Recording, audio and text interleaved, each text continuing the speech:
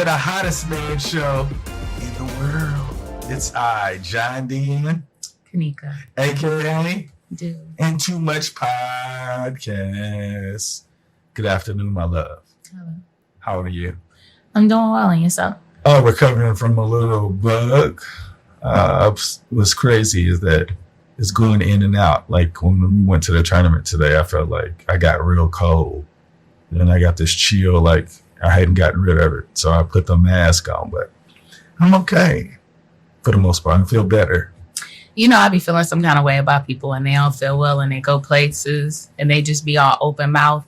I appreciated that you pulled the mask out, though. Well, Look, all of a sudden I turn around, there's a whole hood and a mask on next to me. You weren't even like that in the beginning. I was not. And I was so happy to have a mask, but I was just like, oh. But yeah, I do. I feel, I don't know, I got this little burst of energy, so hopefully that's been put behind me.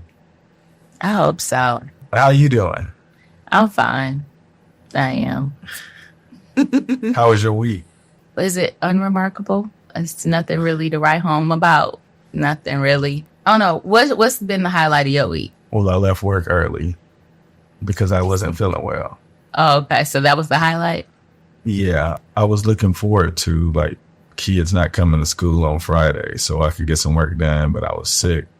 So I guess it wasn't a good highlight, but that's what I remember the most. That sounds whack. I mean, that was the highlight. Okay. I can't, like, I try to create them for the most part, but yeah, you know, each day is new. So nothing for me to say like, oh, this happened. So. Okay. So the highlight of your work week for me, this dude was on, you were on a Teams call because he's sick, but they still got a meeting. Oh. And this dude, do you ever think about like when people say stuff and it's dumb and then the look on your face at work is like, this dude was on the screen. He can't confirm it. I know, but he told me that it wasn't up. So okay. I feel like the universe came.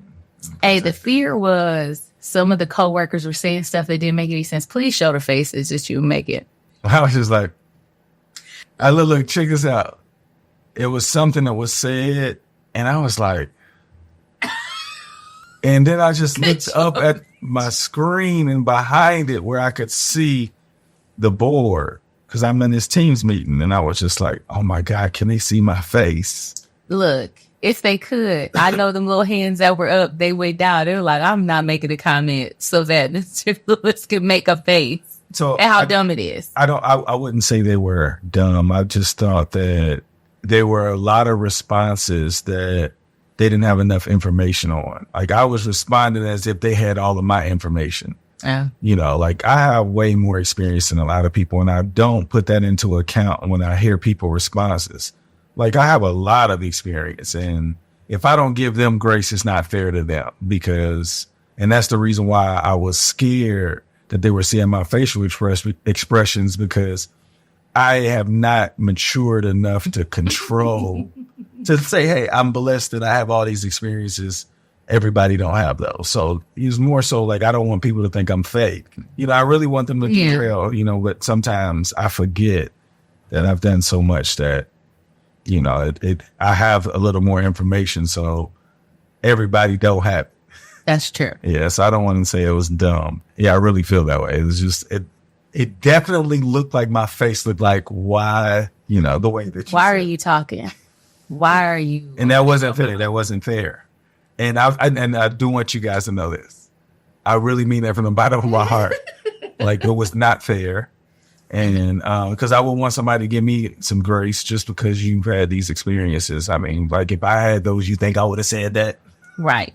If I would have known. Yeah. Okay. So then that pulls me over to something that was on my mind. So if somebody's drowning and you don't help, is it your fault they drown? If I can swim, yeah. Okay. Because you have that experience. Absolutely. You know how to do it and you can get. Oh, yeah. Okay. Now, if I can't swim, I mean, hey, you know, don't make since both of us dying. Yeah. I'm trying to get you some assistance. So, okay. So then it brings about this conversation where people talking about the difference between support and help. Uh-huh. So they were saying that a lot of the times we want to help the people that we love when they're in trouble. We want to help. And usually help is, I have this experience. I know what to do to get you out of this. And you do all these things that you know to do to help. And then if it doesn't work out, it's your fault because they followed your lead. So then on the flip side, there's support, which is different. So help is when you are doing what you feel is necessary, you take the lead. Well, I'm going to help you with that. And then you just start doing, that don't necessarily mean they asked you. So the person I was talking was like, you need to learn how to support people. They tell you what they need, and then you make the decision as to whether or not that is something that you can assist with. That's really what people are looking for with support. And I found that to be, I think we've been discovering that recently. But there's also the thought of, but what if what I think that you want me to do is dumb and it's not going to get the job done, so then I choose not to do it? What do you mean, like what? Okay, so if somebody has a gambling problem and you're like, okay, these are some steps that we could do to get you out of that. And they're like, all you have to do is give me this money to pay this. Support me. Give me this money to pay this debt off. We'll be good. I got it. But this is how you can help me. This is how you can support me in this issue right here. So you could choose to support them and give them the money to settle everything out and then hope that all goes well afterward. Or you could choose to do what your help would be defined as. Oh, my help is just going to involve words, language. Hopefully you receive this message. I really hope that next time. Yeah. I hope you learn from this message. Look, you don't want to be in this situation again. So the thing is this, most people only want to help the way they feel is necessary. When they're looking from the outside looking in, it's like, this is what's going to get you out of this. So this is what I'm going to do to help you. But that's not what they asked for. And they didn't tell you to do all that. Well, you did say prior, you said the support, they can offer it. I mean, say how they would want it, but it's up to us to see if we can do it or not. Right. Like if you asking for money for this, like it's my decision. Right. So then it takes me back to the question of if somebody's drowning and you don't help, did you kill them? Or is it your fault? Well, I guess it's a matter of moral ethics or something like that. Like, is it your humane right to protect somebody if you have the ability to? Or do you just kind of like mind your business because your environment said you need to mind your business? So I think it really depends on who's in those shoes because you don't know their experience. I give you an example with that. Like in my experience of life, I feel like I'm confident enough that I could save this person. But there's a situation, something could go bad where they could die and somebody says that I killed them. Right. You know what I'm saying? But in my head, I feel like I shouldn't have compromised myself in a situation where this would happen. But it's still a chance, right?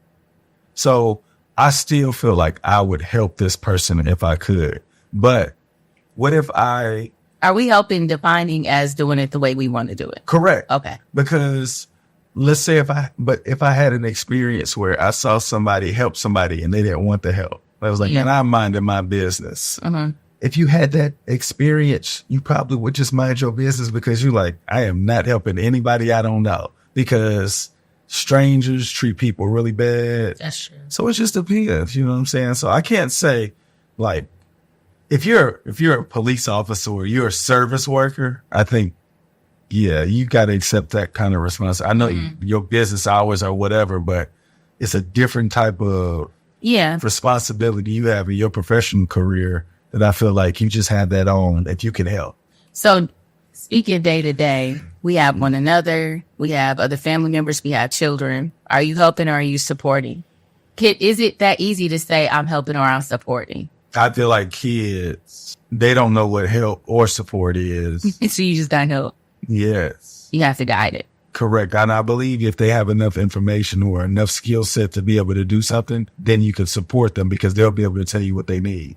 So right now we're at a point where we have 2 juniors and they're making their plans for what's coming next. I feel like we're supporting, but sometimes I feel like we're supposed to be helping. Yes. I think we probably should be helping more because they do things to the point where we feel like they know, but I know that they don't know. Yeah. until you think about it. Like, why are they supposed to know that? They haven't even been exposed. So it's like, we have to do more, be more of an assistance to expose them. Okay, this is how you do it. And then when they get there, it was like, oh, I need this. And that's the support comes in. Okay. So is it really about whether or not you agree or like what somebody is doing that makes the difference of whether or not you can support them? Like, In the it's so say we're helping somebody, they're on a good track and we feel like they're good. So if they ask for our support, we feel comfortable supporting them. If they're on a track, we've helped them get to where they are. They've made some turns because this is what they want. And they're asking for support to continue on the path they want. And we know that it's going in a bad place. Do we say, I can't support you in that? I believe that if we know that it's going in a bad place, it is our job to communicate why we feel like this is not the best investment for us. But so then the other question is this, though. So this could apply for a sibling, this could apply for anybody, but we don't have everybody's experiences. We know that everybody is made up of a culmination of all these different experiences. What if they see something that we don't see? Like, there are plenty of people that went out on a limb and wanted to do something new, and we couldn't see it because our thinking may be more so in a box. So is it really fair for us to say that we're not going to support them in something just because we can't see the end result? No. I don't think that. I think that we're in a position to be able to say if something is a good idea. When I say that, if they're putting in effort and we see a different type of effort, it can't be like, today I feel like doing this, and then I'm going to be a model. We had that conversation, Reese. So I think I'm just going to feel. It's very difficult to support somebody who can just jump all over the place. But I do believe, like, we can, I just want you to know there will be no financial donations to you or jumping all around until you figure out, like, hey, this is something I want to do because this, and this, because we're not rich. And I feel like if we're going to invest in you, you need to be sure of it, because some of the things that he wants to do or they want to do requires financial, like, a donation from somewhere. Yeah. And it's probably going to be our pocket, right? Yeah. So I feel like we have to see some type of commitment before we support the way they want us to support. Yeah. We can't just be helping them and they don't know if that's what they want. If they say, I really thought that's what I wanted, but we would know that, like, we did too. But you can't be like, didn't you just say yesterday, the day before yesterday? So we have, like, evidence to say we can't do this. So I believe we can convince them, like, I don't think this is the best thing. Okay. Don't you agree? Yeah, I do. I mean, I would like to see consistency, that they're really like they're putting their all into it, and then it don't even have to be their all, because they don't know what that looks like, but they have to put some type of interest where we were like, I've heard it enough. We're supposed to, like, nurture this. Okay. Yeah, I guess I've never really thought about it. I thought my help was support. And what's odd is usually if somebody is asking me for something, if I wouldn't do it or I don't see the sense in it, then I'd be like, I can't do that. It has to. I didn't realize that I was making it where it had to be my way in order for it to happen. But it was kind of selfish, because, I mean, I'm thinking to myself, I don't have the ability to see ahead and really see other people's visions. And I mean, even with you, like when you would talk about how you wanted to do podcasting and stuff, I couldn't see. I was like, okay, well, and then you're like, you didn't ask for help, but I supported the idea of it. Like, oh yeah, well, we'll find a room that will work and we'll do this and we'll do that. Cool. Even sitting in and having conversations, and I was like, I don't know if I'm going to share that or not. But I guess I even battle with help and support. Like when we were talking about when we get up from these mics, what is the product that's going out? And I'm like, well, it seems like it needs to be like this. And you're like, that's not why I'm doing this. Mm-hmm. And I have to reset and say, it's not about me. Why is he doing it? Then you fall in line. So I guess I've been supporting. Yeah, you have until you like suggest how you want to help. Yeah. Like, this is I feel like we're not going to do it like that. we're not. Hey, let me find some points to discuss. Let's not put this here. Yeah. So I have to learn to back off sometimes. I have to learn to switch into the support mode. Have you found a time where you've wanted to help me, but... Oh, yeah. What's the time when you wanted to help me? Your help.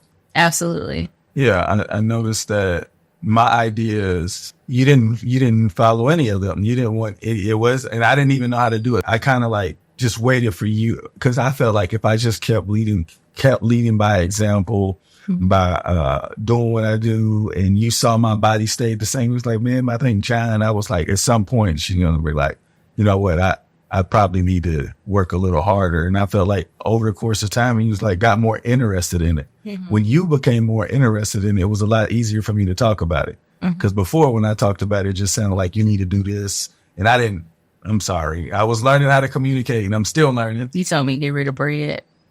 Yeah, I know. Like one of the delicious things that will trip up any human being. One of the delicious things. I find great breads too. But yeah. So do you think that you support me now or are you still trying to help me? Oh, no, I don't help you at all. Because like me trying to help you, I don't think you trust me enough yet. So it's like, it'll get there. When it'll be a time where I'll be able to say, hey, you need to do this. It's like, well, he told me I need to do this. I know that he's not going to just tell me to do anything. You know, it's funny because I bet I can see how that would be the thought in a lot of interactions with people. Like, they don't trust me enough to realize that what I'm saying is true and it's right. It's not that I don't trust you. Like, I see it. The writing is on the wall, sir. I see you. He be falling out of his pants sometimes. I can see that. And it would be great if I could have that too. But I think there's another part of me that there's the hangups I have that keep me from pursuing things, like the thought of what does it look like if I fail? What does it look like if I have my own insecurities about certain things that hold me back? So it doesn't have anything to do with whether or not I trust what you're saying or your intentions or, you know, and maybe that is the thought with a lot of people. Like, you don't trust me. You don't think that I have your best interest at heart. I don't think that that's ever the thought that people have and why they won't follow. Oh, no, not at all. No, I think that's the inner thing, like something that you just can't explain. Mm-hmm. Like if I was a billionaire and I told you, hey, this is the key to doing this. Mm-hmm. I promise if you do that, if you really hungry for money, you would like, he would not steer me away. I will do this. But that's also talk. So then there's the other thing of whether or not people have that fear. So say I have $100 to my name and you're like, as the billionaire, you're like, all you need to do is do this. Mm-hmm. Yes. However, growing up and there being scarcity in my life where like, I'm afraid, even though I know you know what to do and that you've done it before, what if when I do it, something goes wrong and this is the last $100? Then you need to really trust this person to do it. If you don't trust the person, you're not going to do it. But it may not be that I don't trust. It may be that I feel like the way the world is set up for me, mm-hmm. there may be something that goes wrong. And then how do I recover? Like, I know that you know what you're talking about, billionaire. I know that you've done it. I get it. But what if the cards don't fall in the way that they need to? Because I've been in a space where I haven't been able to, you know, when I've gone into stuff and I've been really confident that I'm going to get it done. And then something happens like, what did they say? The other shoe drops or something. And then it goes wrong. I'm really in trouble. Mm-hmm. It's not like so if I need $100 investment and I only have $200 versus if I need to do $100 investment and I have $1,000, it feels different. Yeah. The pressure of feeling like I could trust this situation. And if something were just randomly to go wrong, I'm still going to be all right. Versus somebody who is usually always like trying to make sure that ends are meeting. And it's like, I trust what you're saying, but I can't trust the world around me and the odds that I'm going to be able to make out of it. Because if something goes wrong, how am I going to be able to cover myself? And I think that that is something that when people are asking for help or support or whatever the case may be from someone else, the person they're asking from, you can't think that they don't trust in you or feel like you're not a source of knowledge, or it can't be that, because there are other things at play. So when you compare the money thing to health, right? What are you losing? So what, you know what? Let me tell you the things that I think of when you tell me all you got to do is. No. I get it, but I'm just comparing it where you said the money thing. Like if you're on your dire strait, what is that comparison to say like, so like, but if I don't make it, this is how I feel. So let me tell you some things that go in my head. One of the things is he's a man. Men can stop drinking pop and then all of a sudden they drop 30 pounds. Whereas a woman could stop drinking pop and she'll lose one. The idea that... Where are these statistics? Listen, no, but I'm telling you, we understand that men, it's easier for men to drop weight with certain practices that if a woman does the same thing, it's not as easy. And so if I follow everything that you say and it still doesn't work, then it's like, what's left for me? Now, I know that that's extreme, but I'm an extremist sometimes. So it's like, if I do everything John says and it doesn't work, then what does that say about me? Or what does that mean I'm going to have to do? If what I do, it does work, am I going to have to live my life like that all the time? Because when you first started talking to me, it was very strict, a very restrictive, like, lifestyle. And I am somebody who, it's not healthy to say this, I don't live to eat, but I definitely enjoy it as a pleasure of my life. So if I have to give up certain things in order to be at have this body that I'm thinking about, like when I go out to enjoy things with my friends, how do I enjoy my life again? Now I got to find new ways to enjoy my life. Like, and I know that sounds stupid, maybe to some, but to me, it's like, this is how I enjoy my people. So then what if I'm always going to have to be like that, or I'm going to blow right back up? It's just like when people get, what's this? That surgery, they get lap band surgery, and then it shrinks their stomach, and then they get really small. And then they're like, okay, I'm down to the size I want. And then they just start blowing back up again. And it's like, it's going to be a constant battle for the rest of my life. I think it's the unknown part. Okay, so if I follow what he does or what he says and I'm successful, what do the rest of my days look like? If I follow what he says and I'm unsuccessful, what does that say about me? Or what else am I going to have to do? Or is this even possible? And then that sends me to this whole idea of it's not possible. And so now what? So all of these things, even though you're saying all you have to do is do this, this, and this. And it sounds very simple. And it's like, Canika, just do it. I have so many mental things that are going on in my head that are talking in the background. And I trust what you say because I see you.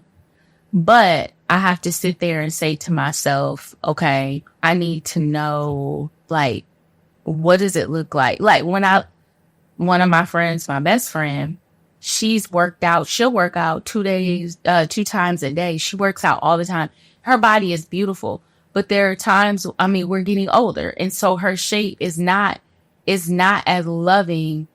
It's not loving all the workout like it used to. Even the way she used to diet, her diet is the exact same way, but her body is like, still about to do whatever I want to do here or there. And so she has to work harder in other areas. And I'm like, is that what it's going to be? Now, like I said, I know it sounds crazy because it's like, do you want to live longer or not? But it's a mental battle that I'm going through. And I trust that in other situations, not just in our situation, but when we're talking to somebody about trying to overcome some other problem or they need help with this or with that, there are other mental battles that have absolutely nothing to do. But and some people will be like, it's irrational. Like, you shouldn't be thinking about that stuff. That's highly unlikely that this will happen or that will happen. But it feels real to the person. So if I'm asking you for support in the way I want to do it and you be like, no, you got to do it this way. Now, I don't be asking for no support in my own way of how to lose weight because I don't even know. It's going to have to be this man that's going to tell me. But there's always something that's going on that we don't see. There's a conversation that these people are having that we don't hear, we don't get to experience or witness. And even though what we're saying makes sense, there are other things in their head that are saying this type of help is not going to make it. Well, this kind of help is going to help. Like, that's what I'm saying. Like, maybe the message that I try to give, it's not for them. It's just for people who's ready to get this part. So for you, I haven't figured out what to say yet because I am in constant pursuit of what I could say to you. Because I am. Like, I think about every day, what can I say where you can be like, okay. So I feel like we're already like in the motion anyway. Like if you get up, you go work out, like you say like you don't know what you can eat with your friends. You don't go out with them very often. So if you do, like, I don't see like why that day. Yeah. So but it's being irrational. Oh, I know. That's what I'm saying. You don't need to do it. And that, not only that, I eat what I want here. You see that now. But in the beginning, I know because I was trying to figure it out. But my point is you have all the information in me. Like, okay, now I see what it was. But now where I am, like I have an idea of when I could do it. I just can't overdo it. You know what I'm saying? I mean, it is still difficult, but I feel like we eat pretty healthy where you just have to do what you're supposed to do when nobody's looking. I get it. That's it. I need you to support me. I am. In any way I can. Maybe a little bit of help. I'm trying to figure it out. I am. I'll figure out how to accept some of your help because I understand that the support I've requested is not giving me the results I want. So you got to do something different, right? Yeah, or maybe my example's not good enough. I mean, you know, I want to fall out of some of my clothes too. Anyway. Anybody you want to give a shout out before we get out of here? No, not today. Shout out to all the people born in February. Sabbatuous out there. Happy belated to Godfather Cooper and Godmama Marcia. Happy birthday, happy belated birthday, happy future birthdays to all of you guys. And my brother. Oh, yes. Happy belated birthday. One of the greatest gifts I've ever had. Yes. I told him he was 2 weeks late for my birthday, but he's one of the best birthday gifts I've ever gotten. Sure. Happy belated, young man. Y'all make today better than yesterday. Don't worry about anything you can't control. GATA. Get after that action or that action will get after you. Be great on purpose.